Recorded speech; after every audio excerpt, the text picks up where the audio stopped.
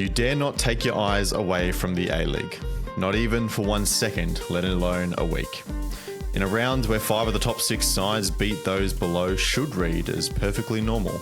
Instead, we end up with a team who at one point never looked like conceding a goal, losing to the team that we thought may never ever get a win. Another side who are missing at least 5 or 6 of their starting 11 now sit at the top of the table. There was a hat-trick from a star youngster that can't even consistently make the starting 11. A side who many tipped for the bottom 3 pulled off their second double-goal stoppage time escape in a week to firmly cement themselves in the finals wrestle. A wrestle that left their opponents, who at the start of the season were one of the Premiership favourites, outside of the 6. You dare not take your eyes away from the A-League on this episode of the Round Ball Australia podcast. My name is Lachlan Avil. I'm back from my little cross-code hiatus. I know I copped a little bit of smack for, but we do what we must. But I'm joined again by Jacob Stevens, who did a terrific job in my absence. Jacob, hello. Thank you very much. It's nice to be back in the pundit seat, not the host seat, and not the editing seat either, which was the most time-consuming bit. But it's good to be on as always. Absolutely. And Will Booth, hello. I've missed you. Hello. Yes, I've been back in your absence as well. I thought I'd make the step up, chip in finally. Good to be back and cracking on. I was very busy while I was away, so I didn't have time to watch a lot of the games, but I was still keeping up with the scores. So I thought I kind of was aware of what was happening and what was going on. Little as I know, I opened the table this afternoon to try and see where everyone is, and Melbourne City are on top, Auckland are outside the top 2, Melbourne Victory outside of the finals positions altogether, despite the fact that he's still so close in their 1st to 7th, where Victory is like 5 points. It's all so tight, bit of a gap from there, but it feels like just this week alone, maybe the last 2 rounds plus those midweek fixtures, Jacob, has really shaken things up. Yeah, I mean, we've sort of been speaking over the last few weeks about how tight things are in that sort of top 6, top 7. And then it just happened to be a week where a lot of those sides were either playing each other or playing much lower opposition, to the point where, a loss is a huge dent, as it was for Auckland, right? Falling from top and being overtaken by 2 teams in the one round is pretty insane. City to be able to leapfrog everybody as well and get into top position is crazy. So it just all sort of shaped up really nicely for a slate of fixtures that, it just meant that there was a lot on the line for everybody that was involved. And I mean, now we're seeing that with how the table's shaped out, and I'm kind of hopeful moving forwards that it perhaps kind of stays this way, because it's been really exciting the last couple of rounds with some of the games that we've had. So here's to hoping it continues. I think we had Wellington and the Mariners last year put on a pretty entertaining premiership race, and obviously it's not the main prize in Australian football, but I think its reputation is slightly increasing over the last couple of years. Is maybe what we need. Like 13 games some of these teams have played, that is half their season. So it's not like it's just the first few rounds and some numbers are shaken out. We have a genuine tight competition between arguably 7 sides here. Maybe this is, what we need to really kind of elevate that premiership plate as well. Yeah, exactly. It's so often been the case of a team running away with it and only, a few teams in the fight. I mean, as you said, like last season was a pretty good one and came down to the last few games, but it just feels like teams have had it wrapped up. At least they've had the momentum and kind of carried that throughout the season. But as you guys have said, this table just, it doesn't look right in a way, right? Not that the teams, don't deserve to be there where they are, but it's just odd looking, and especially, seeing that new Auckland logo up there as well. It's just Adelaide somehow that high still. Once the games even out a bit and every team has played 13 games, I don't think it will happen, the way the fixture list goes on. It's kind of going to make for odd viewing at times now. So you're going to be looking and you're going to, to compare teams that are around each other, you're going to be looking and guessing about a few of the upcoming fixtures and guessing about, who wins that and what the points will look like after that. So it's definitely not exactly indicative. If you look at it from a points per game perspective, so Adelaide and Auckland would then go above City, things like that. But it's just, the deeper it stays like this and where all teams are just, 5 points apart really in that top 7, as you mentioned, the more interesting the season will be and just how, enthralling and how important every weekend really becomes. It's the contrasting storylines as well. Like Auckland so good out of the blocks, Macarthur and Western pretty slow out of the blocks. All of a sudden, they're all three teams within 2 points. Melbourne City just like completely decimated squad. Like it's ridiculous. And they've just little by little kind of worked their way through. And now they're sitting at the top of the pile. Melbourne Victory really, really hot off the blocks, as were Sydney. Then disruption, Sydney with player injuries, obviously Victory with Patrick Isnorbo. It just shows, Jacob, like you're going to have ups and downs throughout a season, almost no matter who you are. They're going to come at different periods for different clubs, but at the end of the day, the ball don't lie, right? And you count up the points, and how often do we get where they're all so even? Yeah, well, it's the age-old debate, right? Of would you rather a game in hand or points on the board? Yeah. And I think this season is going to be a good test of which of those is the better thing to have, right? Because as Will just touched on, Adelaide and Auckland have a game in hand on City on top. Macarthur and Western have played more than anybody else in the league, so perhaps their things are inflated. But we're not going to know until the end of the season how it all shapes out. So it's super exciting, and it sort of gives me. There's been very few seasons where we've had so many teams potentially in contention for those top spots. I think it was 2015-16 was a good one, where I think it was Adelaide, Brisbane, Victory and City were all in contention up until the final round. Like it just doesn't happen often enough, which is a bit strange considering how relatively even the competition has been over the years, right? But it's just been that there's been different winners each year. We've not seen these sort of really, really tight top 7 races between clubs, and all with these different storylines you mentioned, Lockie, and different squads and different styles of football. And you've got Auckland, who are grind out results, play defensively very sound football, and then you've got Adelaide, who are the complete opposite to that. It's so fun to watch this season. I'm really, really enjoying it, and it's gonna be awesome to watch moving on now as well, because every game is going to mean so much, because you cannot afford to drop points at this point now, because it is so tight. Everybody's going to leapfrog you if you drop points, and Auckland found that out. So Yeah. All right. Well, I want to start on Friday night, and now there's a bit of a theme running throughout this round of kind of what do we call this game of football? And so I think the battle of the bridge maybe between Western and Victory is kind of maybe the semi-official one that's being pushed. Hashtag not a derby gets thrown out there a lot. Will, firstly, what do you like to call this game? And then secondly, what did you make of Western United's absolutely amazing comeback the second time they pulled it off in a week? Well, I'm undecided as a Sydney sider myself. No skin off my back for what it's called, really. I like not the derby is kind of good. But it's just like the inconsequential derby. But I mean, inconsequential. Really, it doesn't feel like derby. I don't know. I don't want to be too Sydney biased there, but no, as you said, I mean, this one delivered, right? Like, it happens once, maybe it's a fluke, but it happens back to back, and that's not a coincidence. It's just indicative of a team that's, that won't give up just throughout the whole 90. And I want to say with Western, they look like a team that, they won't dominate games. They won't control the tempo or anything like that. But when they go forward, they look like they just threaten every time. They look so clinical and really, I haven't seen the exact numbers, but I would say definitely would look to be the higher up the end of the, chance conversion and that kind of, those kind of numbers.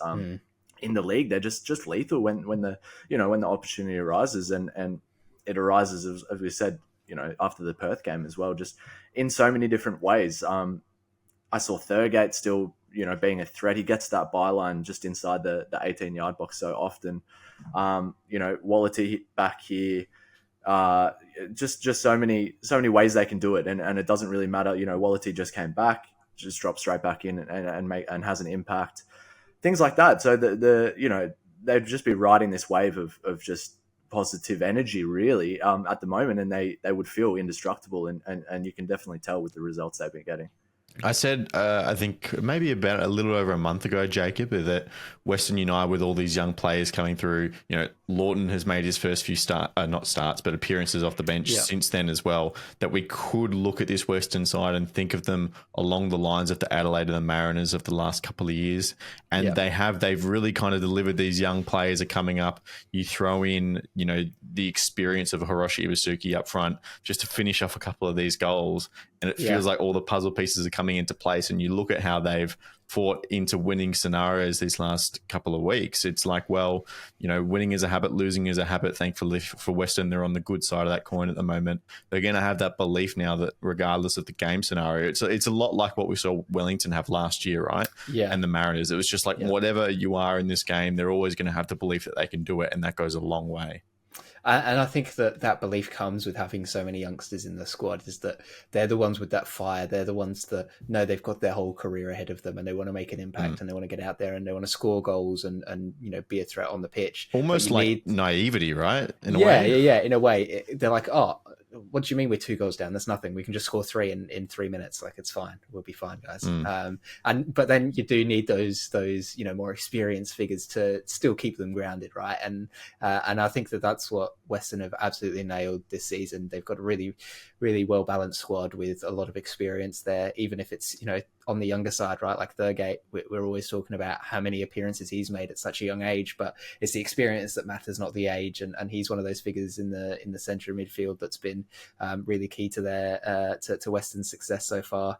You mentioned there Ibusuki as well. Lockie was a fantastic signing for Western, and I think honestly, in retrospect, it's been a fantastic signing for all parties there, right? Because Ibusuki's got that chance to be the focal point of an attack again. Western have got the striker that they needed, and Adelaide will have been able to bring in 2 young strikers themselves who are doing a good job. So it seems like it's one where it actually has managed to work out for all sides, which is pretty rare. But yeah, Western are just really finding their groove right now. And there were a lot of people critical of Aloisi in the off season and last season, saying, how long has he got left? Why is he still at the helm? This is why, because he's been able to get this squad together and be able to get them firing on all cylinders, and they're looking fantastic at the moment. I'm really enjoying watching them, and yeah, it's just that thing of, even if they're a goal down, you get that feeling with some teams that they're going to go and score, and with Western it's exactly that. You mentioned it really well there, Will, that it's like once they get on the ball, that there's a threat there at any point, and that's what they've absolutely done fantastically this season, and it shows in their form line, it shows in their position on the table. I mean, I had them finishing like last or something in my preseason prediction, so it goes to show how good that was. But no, they've been fantastic quality this season. And that goal that Wallity ends up putting away, like that team move, right? It's almost that kind of passing game where it's like, okay, well, how do you really stop that? Yeah. Like, if everything clicks into place, like, it's not going to happen all the time, Will, but like, if they get it off exactly how they're trying to get it off, and they make the passes, make the runs how they want to, it's like, well, they're just playing around you all the time. Yeah, exactly. There's not too much you can do. Like, that's just a perfect ball in behind for Vickery, talking about that goal specifically. And then he's got the end product in his first start, to just, play that perfect cutback, right? That's the angle you want to kind of be playing that ball across. And that's exactly why you want to be playing that ball, because there's not much you can do about it. It's always, you want it to be the behind the centre backs who are tracking. They're looking for that one that goes across the 6-yard box. But yeah, if you find that runner, on the penalty spot, really not much you can do. And Wallity finds the finish there as well. So exactly as you said, it's just, it doesn't seem like, there's much they can do.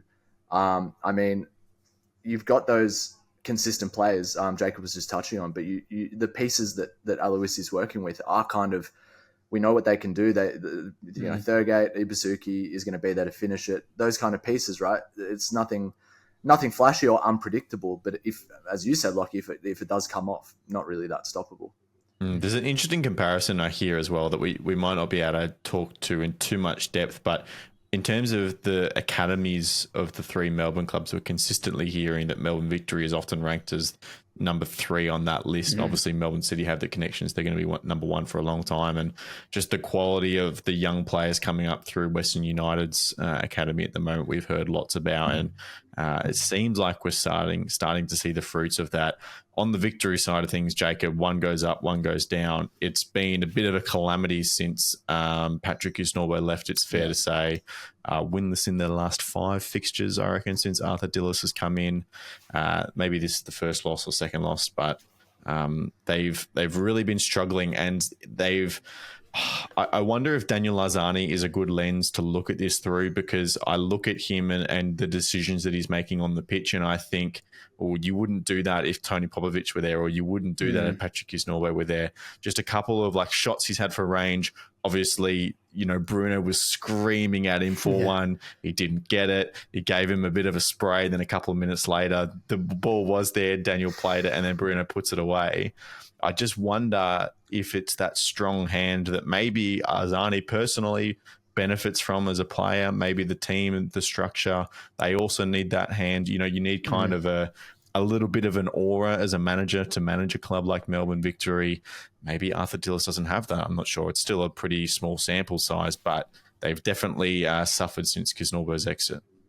Yeah, and for a player like Arzani as well, who already over the last 6 months has been through so much with that club, right? Of being in and out of squads, and the supposed falling out with Patrick Kisnorbo and all that. I mean, that's going to play on things as well. So it doesn't surprise me that he's one of those players that perhaps thrives under instruction where some don't, right? We've always imagined Arzani as being this free-flowing, free-thinking player that can do whatever he wants on the ball. But it's pretty clear here that if he's allowed to do that too often, he's going to make poor choices, and he needs a bit of direction and a bit of guidance. And yeah, for a coach of a team like the Victory, there's a lot of, I guess, strong personalities in that squad, and there's a lot of expectation that comes with that job as well, right? Like, the Victory fans expect success because that's what they have had since the start of the A-League, right? Melbourne Victory has been one of the best sides in the competition for a long, long time. So when all of a sudden you're not winning games, you're not scoring goals, it becomes difficult in trying to balance things out, because you don't want to pack things in because you can't, because it's Victory. You can't just give up, right? You've got to keep trying. But what do you try that hasn't been done before? The transfer window still isn't open, so you can't make any changes to your squad just yet. It's one of the things that Arthur's done is obviously backed Bruno, right? And he's given him the starts. And fair play to Fornaroli. He's actually been pretty decent when he's been given those starting minutes. Obviously got on the score sheet again here. But it's like, there's only so much that he can actually do. He's kind of limited in that, and with it being just an interim role as well. Yeah. So it's perhaps he's struggling to sort of be that strong figure that you mentioned, Lockie, because he's like, well, I don't want to overstep the line, right? I'm here to do a job in the interim. Yeah. I don't want to push too many buttons or annoy too many people. Do you think that maybe like he was trying to fix something that wasn't broken? You haven't. I don't think we ever saw Piscopo and Arzani line up together until Dillis came in. I know Velupale has been injured, but he's been on the bench a couple of times, like for almost a month now. Like, what is the state of his fitness? He was arguably one of Victory's best players at the start of the season. Why is he not just outright starting on the right wing? If you look at Arzani, I maintain that over the last couple of weeks, shots in places he shouldn't have taken it, passes that he didn't make. Piscopo is, for me, the clear favourite. We've seen Adama Traore play that left wing position, but not exclusively bombing down the left out wide. There's been a little bit of a shift in how that left side of the field is expected to operate. Maybe, are we getting to a point where there's changes that weren't even necessary in the first place because they actually were doing this quite well under Kisnorbo? Yeah, I think Victory's just looked like, since Dillis come in, that they've lost their shine. They looked in moments of matches previously, they could just click and have this intricate passage, and it was well drilled, and that would unlock a team, like similar to how we were saying Western, had a few phases like that. It just seems they've lost that ability to kind of be all on the same page together. And yeah, as you said, I think what we were questioning about PK's kind of choices and lineup, I think he found the balance in that side. How, Boss was a major key down that left side. It all worked together.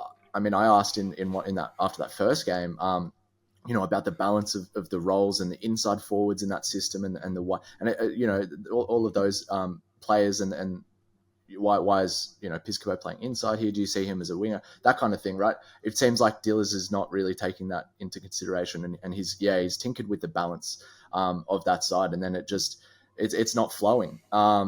It's something's holding them back, and it does seem to be that Dillis hasn't really settled on his lineup. Jing Reese, comes in, starts a few games on the wing. That doesn't look great. I don't know. He just seems unsure of his best 11 and exactly how he wants to play. I mean, under PK, it was kind of clear the objective and how they were trying to work the ball. But yeah, that's been lost under Dillers for sure. Do you think that it might be a case of like, because of the way that the whole Kisnorbo saga went down, right, with him not being a fan favorite when he came, getting results, but still not quite winning over the Victory fans and then leaving in the way that he did? Do you think maybe then it's almost a case of Diller's going, right, let's try and erase the Patrick Kisnorbo-ness from the team, right? Because it's like, that's let bygones be bygone. You know, we're the Victory, we're, you know, a new team now sort of thing. Because we're under me, not Patrick Kisnorbo. He's gone. Get rid of the stench of him. And, you know, do you think that maybe that's why he's made so many changes, is because he's like, well, let's try and see if this is the squad that I think it is, or how, you know, or were they reliant on PK? Like, let's test it out and see, because it's just, yeah, it's strange for them to make so many changes like this. I think like a new manager always wants to make his stamp, right? Yeah. Will?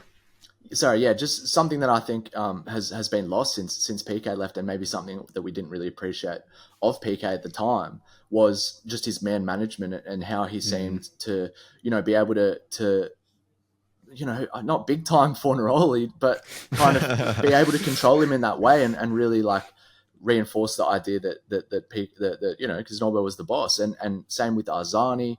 You know, you had that first fixture issue and dropped him for those reasons, and it seems like that's lost. Even this comes back to the fighting on the field between Bruno and Arzani. For me, it's maybe a clash of personalities and something that didn't really happen under PK. I think he had them, you know, realize who was the boss, it seemed, in a way, because I don't know if Bruno is really the leader you want from the field. I mean, he goes off at Arzani for taking a shot, you know, when he could have passed it, which I do think Arzani should have passed it, definitely. Me too. With the touch he took and how he waited a little bit, the cutback was to Fornaroli was on there. But then Fornaroli goes and tries this impossible bicycle kick and then just gets up and just straight away yells at Arzani. I'm like, I don't think you have the moral high ground in that situation. and you see it in the, you know, he gets rid of Pisco's finish at the back stick as well, with just a stupid shirt tug. I don't think Tate Russell was even gonna get too close to that one. I think it was always coming through. So it's like, do you really want Bruno to be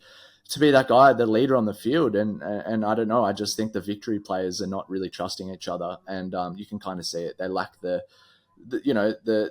faith in their teammates, and I think the performances are indicative of that. Interesting, strong leadership. Okay, fascinating conversation. I think. Look, I want to go to Perth. The fact that this is the team that is, I think it's Auckland's first away loss, right? And obviously we get to talk about the other kind of naming convention. Is this the new distance derby? Is it the distance derby? Do we now have the new and the OG distance derby? Because this is the new record for the longest travel in a domestic football league competition. Jacob, I guess you can have this one. What are you calling it? And what about Perth Glory winning a game of football against Auckland FC? I like the distancer derby. It's the more distancer. distance That's than the last one. That's my pick for it. But no, I mean, in terms of the actual match itself, just we've been joking, right? Every time we do our weekend looks of going, well, we should just put Perth to win a game as our ping from distance, because it's never going to happen. You know, you can just put it in, ping it in every week, and it'll be fine. And especially against Auckland, right? Nobody's like, oh, yeah, Auckland are going to lose that. They don't stand a chance. What are you on about? Like, no, of course Auckland stand a chance. They're one of the best sides in the league, and they just got beaten by one of the worst sides in the league. Honestly, it was just an insane result. And, I mean, the actual goal as well that was scored. Pearman, that was... I mean, Taggart at the time, you could see he was thinking to himself, he was like, why has Pearman called me off for this? Why has he called me off? Well, do you think the pass... I thought the pass was a little overhit. It was, and then and so you could see, like, because Taggart like goes to reach it and he can't quite get there, and you see him turn around and he's like, oh no, and he's like thinking this is going way over, and he just absolutely pings it into the top corner. That's been Taggart's expression for most of the season. It has been, and I mean deservedly so, because he's still playing extremely well, even in a side that's struggling. But it's awesome to see them get a win. I mean, you know, there's there's something there at Perth, right, where for some reason the fans are still turning up. I mean, okay, yeah, they're not getting, they're not getting, like 9,000-10,000 every week, but they're still getting, more than, the likes of a MacArthur or a Mariners or a, I don't know what Wellington's crowd was like this week, but it wasn't fantastic. Like, and this is a team that's sitting, I believe, second bottom, arguably one of the worst sides in the league, and they're still getting good crowds. So I think the fans, more than anyone, absolutely deserve that. And, for the integrity of the competition as well, it keeps Auckland grounded a little bit. They can't quite run away with it yet. It keeps everything tight at the top. So, no, really, really entertaining result, because the game itself wasn't necessarily as entertaining, but the outcome certainly was. And for Perth, that's huge, right? Because they've shown signs of intent of looking to do things in January to change things up and try and go on a bit of a run. And this could perhaps be that spark to go, hey, look, this is what we can do. We just need a couple pieces to help us out, and we could do big things.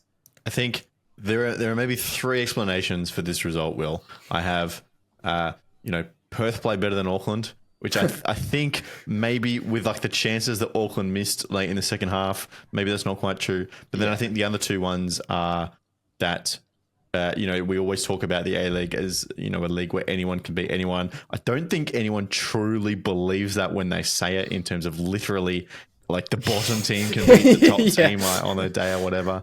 But then like obviously the distance, right? And this is the first time Auckland have been hit with anything like that. They haven't had to play Adelaide away yet, Jacob, I don't think. No, so that's in 2 weeks, I think. Yeah, so they haven't even really crossed over that east coast, right? And then to have to go all the way over to Perth, I'm sure as the Phoenix are well equipped with, right? They know that that's a tricky travel situation. So which of those two excuses for Auckland FC, Will, would you like to put forward?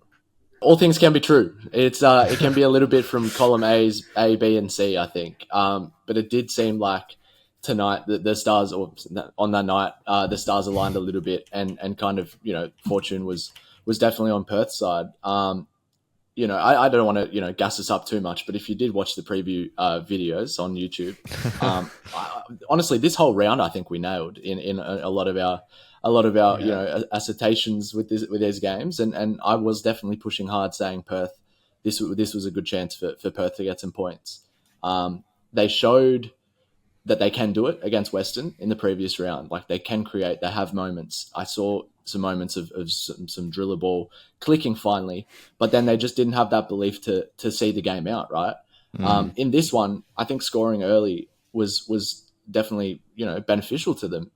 They had too long in the game to try and just kill it at that time. They had to keep playing, and they didn't just close up shop and look to secure the 1-0. I mean, they kept pushing. They won 1-0 in the end, obviously. And yeah, as you mentioned, Auckland missed a couple of sitters. That's what I mean when I say the stars aligned, right?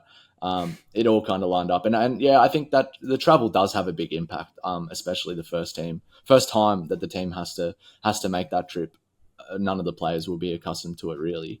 So yeah, that definitely did play a part. But I don't think it's an excuse. I think this game really showed that Perth do have the mentality to get some results this season, and just as a third party, just happy for them that they got this one. Yeah. I think it's a huge one, and duck off their back a little bit. It must be like even more compounding, because like the way they lost that game against Western last week, to when you're in a season like this, David Zrilic, new guy into the club, and not having a lot of luck on the field, you're just looking for that one result that you can take the inspiration from, and to have that ripped away from you so late against Western would have hurt so bad.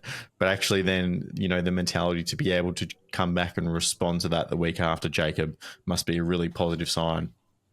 Yeah, and I think it shows that perhaps the moves that the club have already made with some of the contract terminations and stuff might actually be working to build a mentality of only having players at the club that want to be there.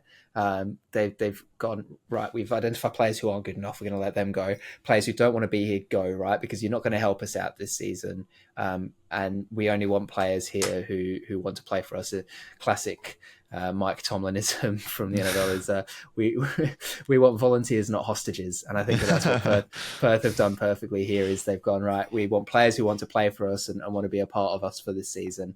And I think that, yeah, that reflects itself in the mentality of being able to bounce back from such a tough loss where you think you've got the points in the bag and then all of a sudden you don't. And especially to a goal like Lawton's goal as well would have been extra like, well, what can you do about that? You know, that's completely out of our hands. In this game, they get a goal like that, right? They get one where Pearman, I doubt he's ever going to hit a ball like that ever again in his career. Prove me wrong, mate. Go for it and do it again. But it feels like one of those ones that just, everything just went right for them. And it's a testament to the mentality of the squad, to the coaching staff as well, for being able to keep, I suppose, an air of positivity around the squad too, and being able to win a game like that, hold on to a 1-0 lead, which, again, is something they've not done well. When they have taken the lead in games, they've almost immediately lost it again.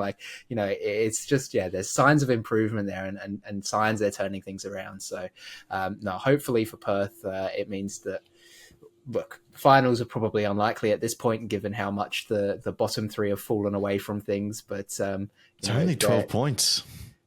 That's a lot when you've only won 2 games all season, though. I know, but to be like halfway through a season though, and only be 4 wins away. Yeah, we've seen bigger gaps closed. Right? We have. But again, I mean, are we just going to go on this whole Perth hype train again like last season? Actually, you're right. Let's not do that. Yeah, exactly right. So it's probably not going to happen for them, but they might get a few more wins this season, and we can certainly hope so. Because it's fun to see them win for once. Well, what they have done on the table is put further air between themselves and the wooden spoon, which is obviously Brisbane Roar at the moment, still winless. They went down to Melbourne City, who, despite apparently having a lot of really, really good players out, top of the league, good on them. Aurelia Vidmar's done incredibly well to introduce, so many young players into this side. It was Ben Mazzeo this time to score the goal and break the deadlock. Obviously, a lot of the replacements have had to come in the forward third of the field.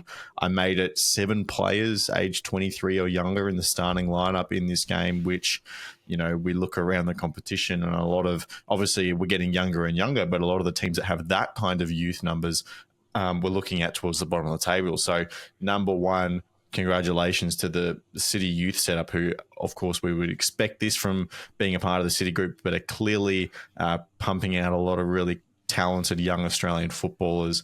And then to be able to actually make that impact at A-League level and be really successful with it is just wildly impressive.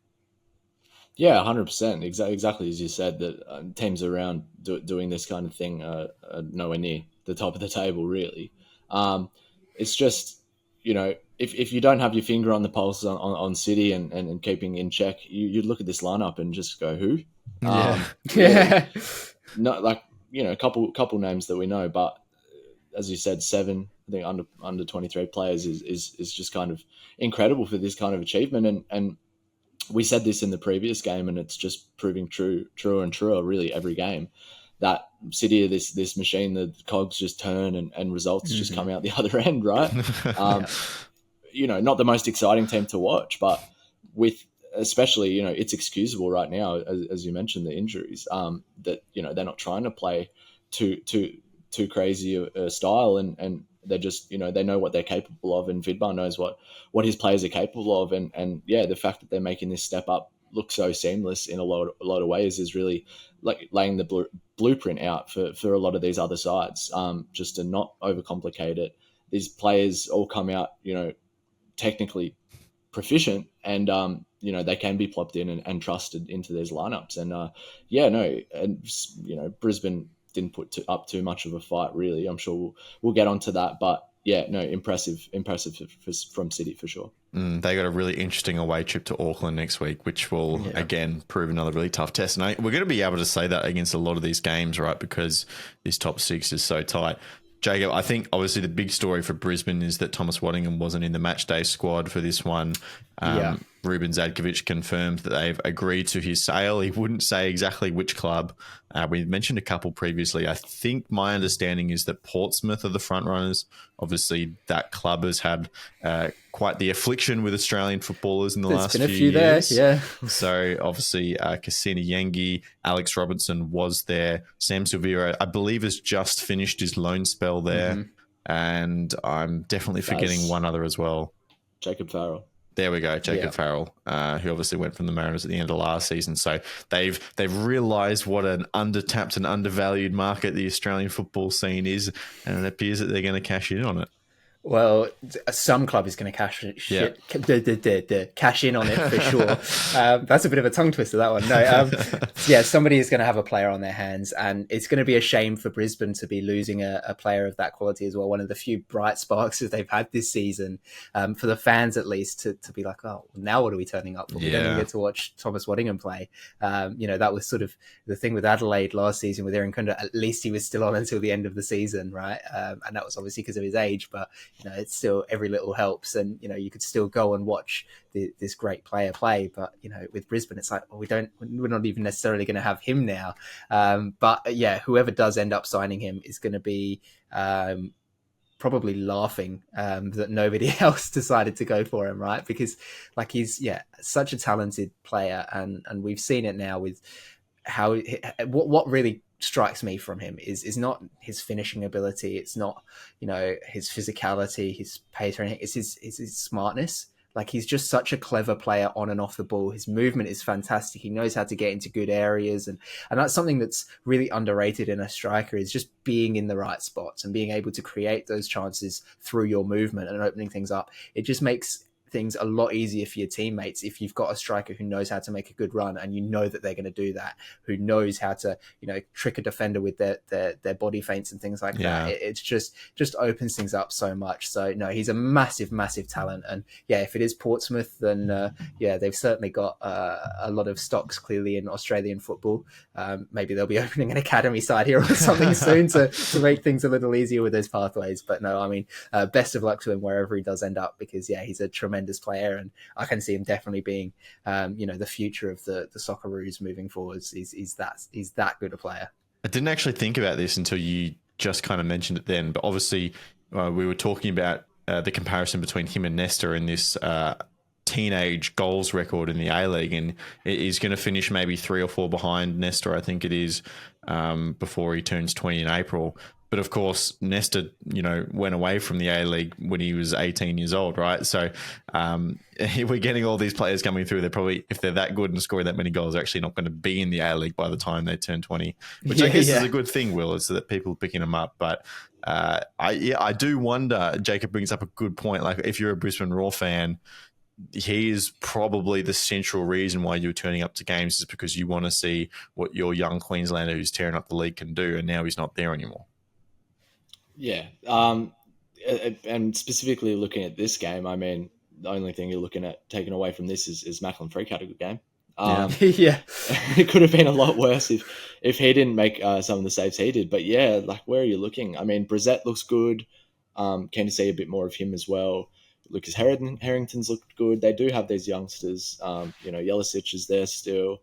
But where does the excitement come from? I don't know how much more time we want to spend on a team with Zadkovic at the helm, but there's really not much to look forward to there. It's just every week it's just compounding, and it just looks less likely that there will be anything to play for, and there will be anything that gives these players the motivation. So great viewing at Suncorp these next couple of months. No, fascinating conversation, by the way, Jacob, that you and Pletty had on those Zadkovic conversation. Who said it? I can't remember. Eric Partley, that's right. Possibly, yeah. Yeah, fascinating. It's just the fact that the club came out and backed him, and then all this is coming out. Just interesting. Anyway, I tell you what, who else's fans are not happy at the moment? Wellington Phoenix. There was some, all reports, audible boos being heard around Sky Stadium as the Phoenix went about their efforts on the weekend. Fans clearly not happy with the lack of attacking intent. Is this perhaps a little bit hypocritical, Jacob? Because as much as the complaints are around the performance, it reeks of a results-based thing to me. Because, of course, there were lots of occasions last season when the Phoenix were playing in a very similar style. We think of the game against Melbourne Victory where they didn't have a shot on target but scored a goal and won the match. This is not new. and Chiefy doesn't have the full personnel that he'd want available at the moment. So he's making even more compensation for that. And what is coming out the other side is not a particularly entertaining version of the beautiful game that we know and love. And it is one that at the moment is not getting results either. Yeah. Yeah. And it's also slightly hypocritical in that it's like, look, I love Wellington. I love the Phoenix. I love Giancarlo Italiano as a coach. I think he's fantastic. But it's like they've had that one good season last season, and then they don't get the results. They're back to what they basically have been doing the whole time they've been in the A-League, and the fans disappear again. And it's like, just show up, right? Like, do your bit. Don't just show up because they've got one good season. And it's just that's what slightly annoys me. Is it's like it's clear there's a lot of like football fans in that region of New Zealand that are willing to go to games, and it's like, but they're just so focused on the results. If it was like Brisbane, right, and it's been like 5 years of this, I get it, right? like that's, you can kind of understand that. But you've just had an incredible season. You very nearly won the premiership. You were, a tight semi-final against Melbourne Victory away from, going almost all the way. Like, just stick around, please. Like, there's something there. Okay, they're not getting the results, but like the Mariners have had this season, most of the squad disappeared in the off season. They've had more players leave just recently as well. So it's like, you're not going to get the same results as you had last year, but you still need to show up and you still need to support the team, because they're going to feel the lack of fans in the stadium, especially in a stadium that big. When it's full and it's pumping, you could tell last season that it was like having a 12th man on the pitch for them, right? As cliche as that is, it was clear the atmosphere there was boosting them to another level.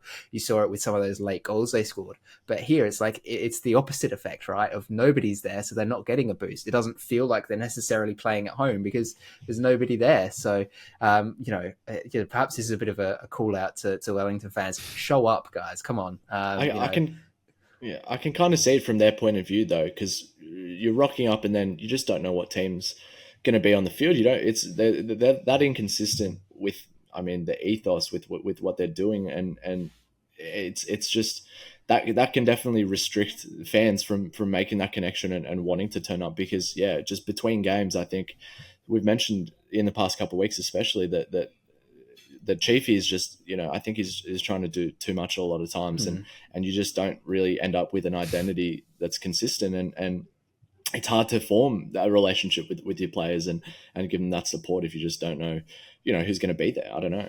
I think it's also like Chiefy talked about this, that the identity of the group last season, it wasn't like a tactical identity. It was the more mental side of it, and the belief in what they were doing and making history for the club, and that perhaps a couple of those experienced players maybe had expectations that kind of feeling would just carry over to the new season, where it hasn't. And obviously you lose players, you bring new ones in, and maybe that's been part of their undoing as well. And when you don't have that tactical consistency, which, as Jacob said, and I agree, I don't think that is necessarily a bad thing. We've talked about this many times, but just the massive contradiction in Australian football right now between the one way, one road only of Ange Postecoglou and co, and then the versatile tactical nature of Italiano and Jackson and whatever. They both have their place. But when you're looking for that identity, one of the advantages of being a club like Melbourne Victory under Patrick Kisnorbo is that tactical identity was very clear. And that is one of the ways in a football club that you can get people working in the same direction and kind of sharing that common belief. So that's a big question for Chiefy to solve. Adelaide, Jacob, Luka Jovanovic, right place, right time to finish off after Louis Emmy's howler. It must be said, right? Making it a little bit tricky for Calvillo to pick a striker. I'm going to actually go to bat here for the goalkeeper. Really? That was more on, was it Scott Wootton underneath him there? Just what position was he in that whole time? He wasn't blocking the cross. He wasn't marking a player. He was just standing in front of Oluwayemi the whole time. It was a very strange and odd position, and that's why he dropped it. But no, Sorry, Will, do you have as the goalkeeper, do you have an opinion on this? Yeah, I backed that, Jacob. That's exactly what I had in my notes. I think a bigger part of the blame needs to go to Wooten there. Like, what does he do? He doesn't get out of the way. Stands still, just cowers. And and definitely not 100% Oluwayemi's fault, as I mean others have said. So yeah, I agree with that one there. Okay, fair enough. Continue. Well, yeah, in terms of Adelaide, I kind of touched on it earlier, right, with this idea of these two young strikers, and it's Jovanovic now is in the last two games come off the bench, scored the winner in late on in the game, the MacArthur one, and now here against Wellington, both of them just able to get on the end of the ball. This one perhaps a bit of an easier finish for him, right? It's right in front of goal, but.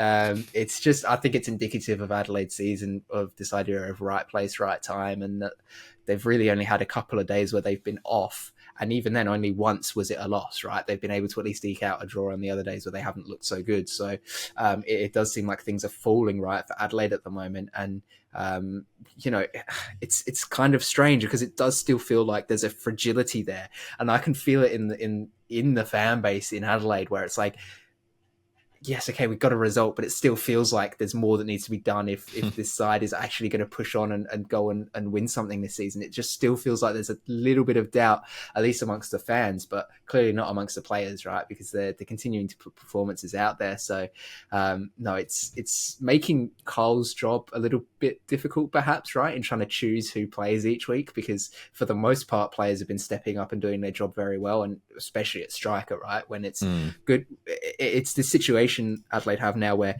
if Goodwin starts and doesn't score, Jovanovic will come off the bench and score. If Jovanovic starts and doesn't score, Goodwin can come off the bench and score. It's like either way, you're going to have a striker who will score a goal. So it's about making sure that perhaps it's the right fit for the opposition. And I think that's what Carl has done really well, is that he's been able to interchange and use each striker, because they offer different profiles as players, first of all, but also be able to go, right, he's going to match up better in the later phases of the game, so we'll bring him up off the bench and we'll start him, or he's going to be better in the early phases of the game, so we'll start him. It's a good problem to have for Carl, but he's got 2 games now coming up, and Adelaide have 2 games coming up against Victory and then against Auckland. Massive games.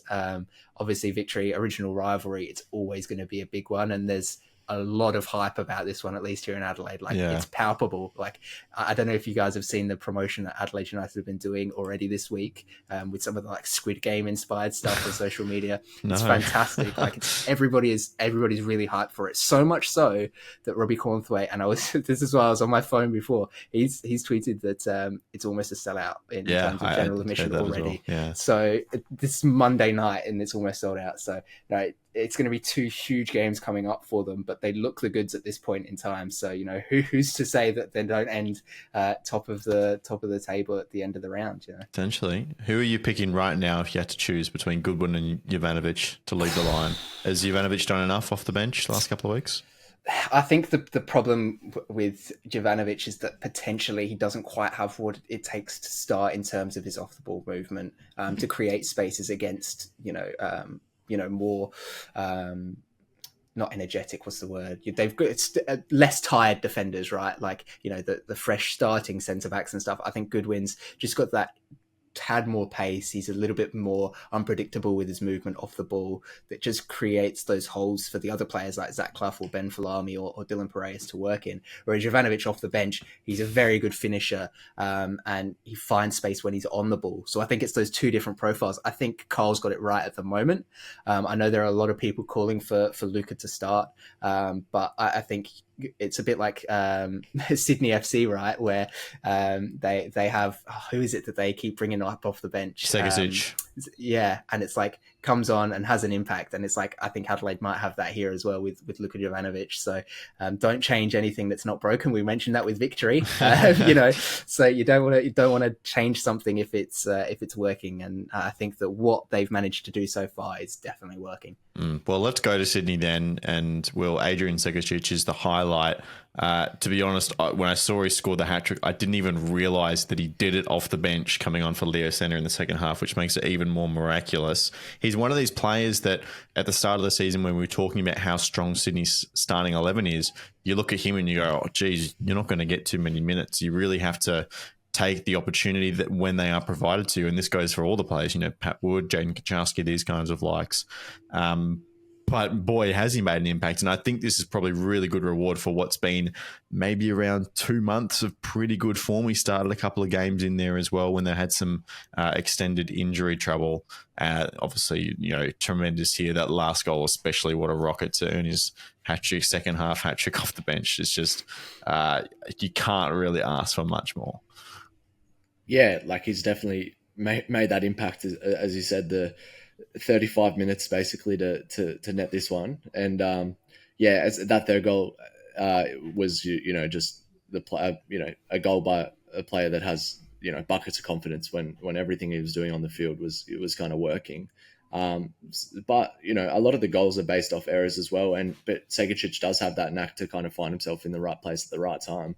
Like, I don't know exactly what he does, really anything specifically outstanding, but he just does have really good movement and has a great finish on him, and just really seizes those opportunities, not just when he comes off the bench, but in games he will help nick the ball back from the opposition and just he makes something happen. And Tale was saying earlier in the season that he does really see Segicic as somebody who can fill in anywhere across kind of that three in behind Klimala, and you can't really be leaving him out of too many more games. I don't think.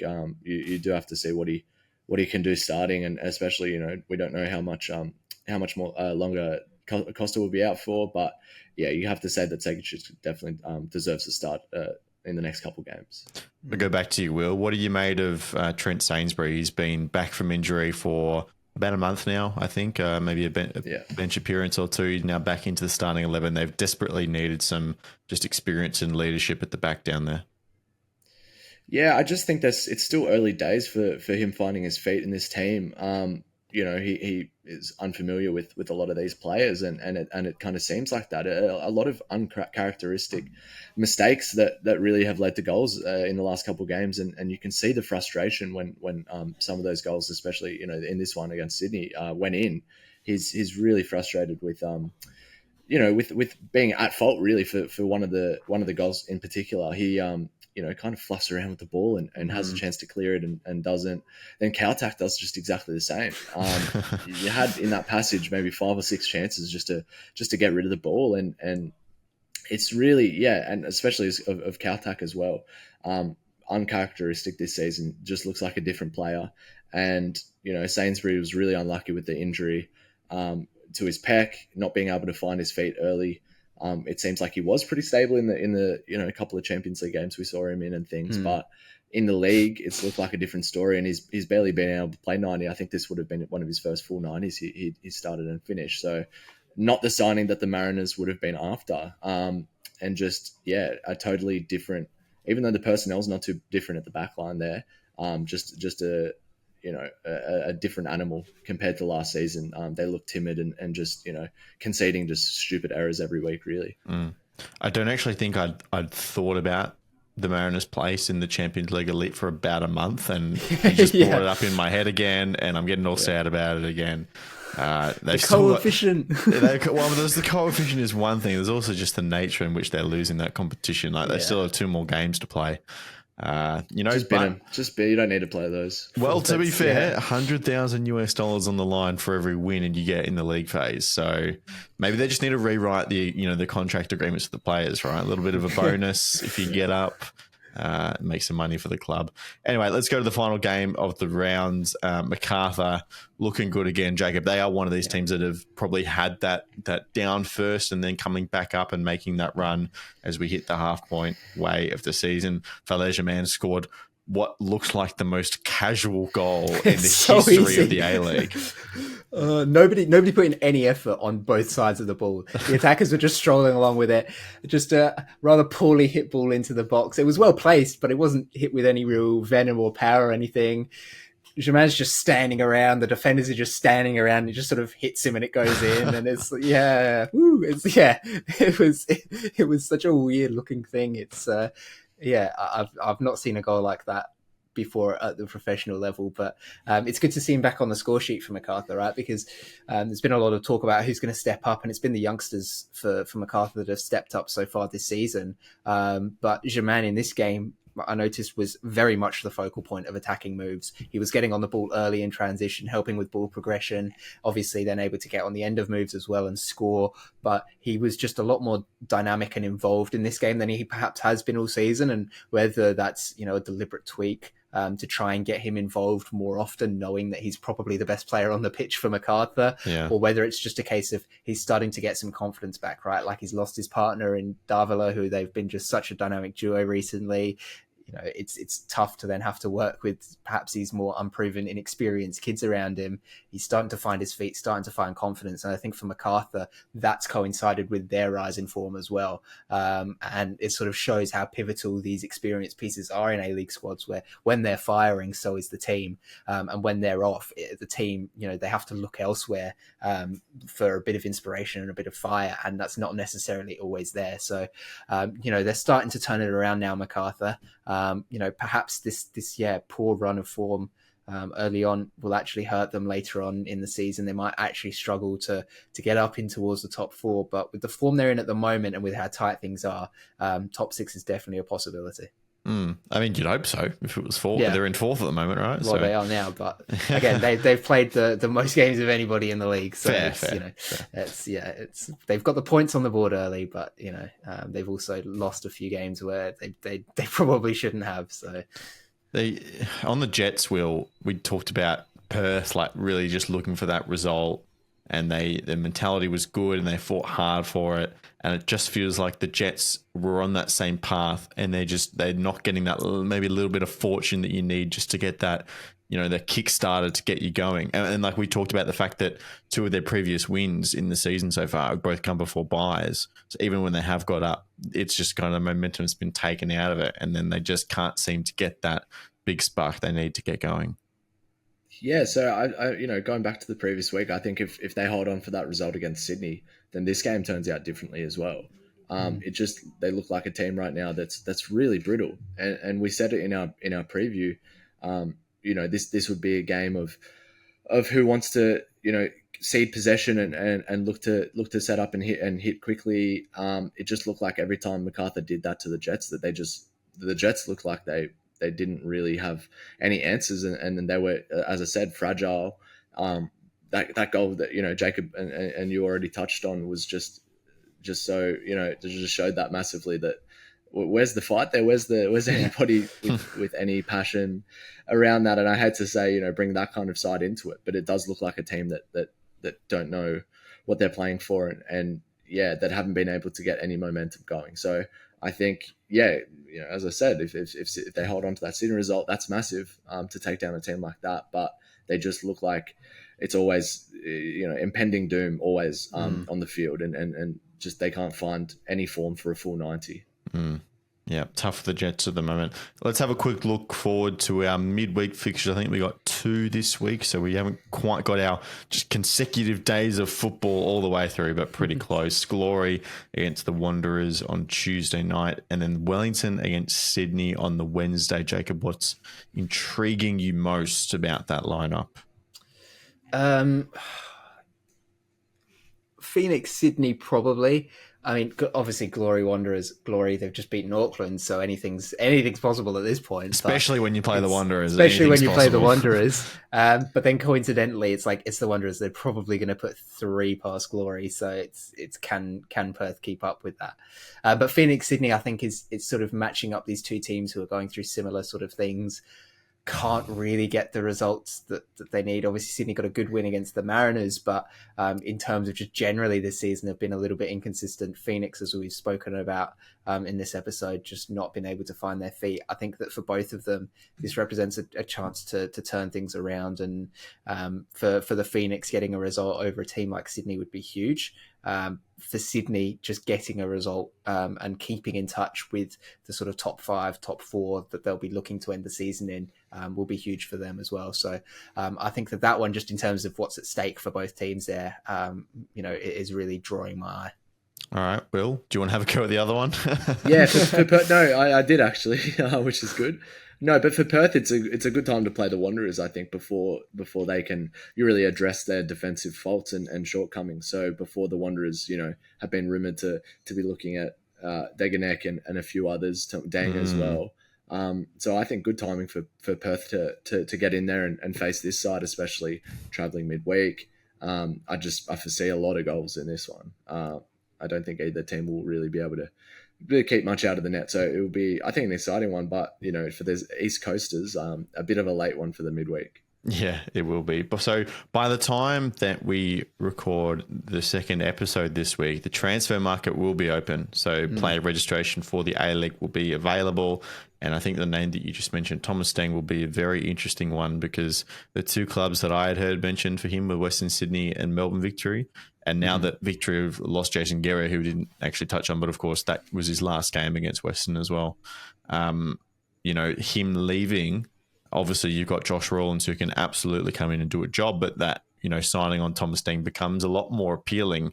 It seems plug and play. The role that he plays is that sort of right-sided defender in a back three. Like it does seem kind of almost picture perfect for the Victory at this point, almost too much so. It's just fallen perfectly for them. And if they muff the punt on this one, then they're going to be feeling a bit silly, I reckon. Yeah, definitely one to look for as we head into the January transfer window. It's going to be very exciting to follow as always. But that will do for this episode of the Round Ball Australia podcast. Feels good to say that again. Will Booth, thank you very much. No, thank you. And Jacob Stevens for your efforts. While I was away, very much appreciated. You did a wonderful job. Kept the place running. I didn't burn it down. Didn't burn it down. That's right. Yeah. So we're still going strong. Absolutely. All right. Thank you all very much for listening at home. We appreciate your company as always. We hope you had a great holiday period. We know that life tends to get very busy, and maybe podcasting wasn't the number one thing on your mind throughout this extended break. So it's good to have a lot more of you back listening to the show, and we really look forward to another really entertaining finish to this A-League season. We'll be back on Friday for these midweek games, and I'm sure hopefully a little bit of transfer news. Well, it's that time of year. But thank you for listening. Goodbye.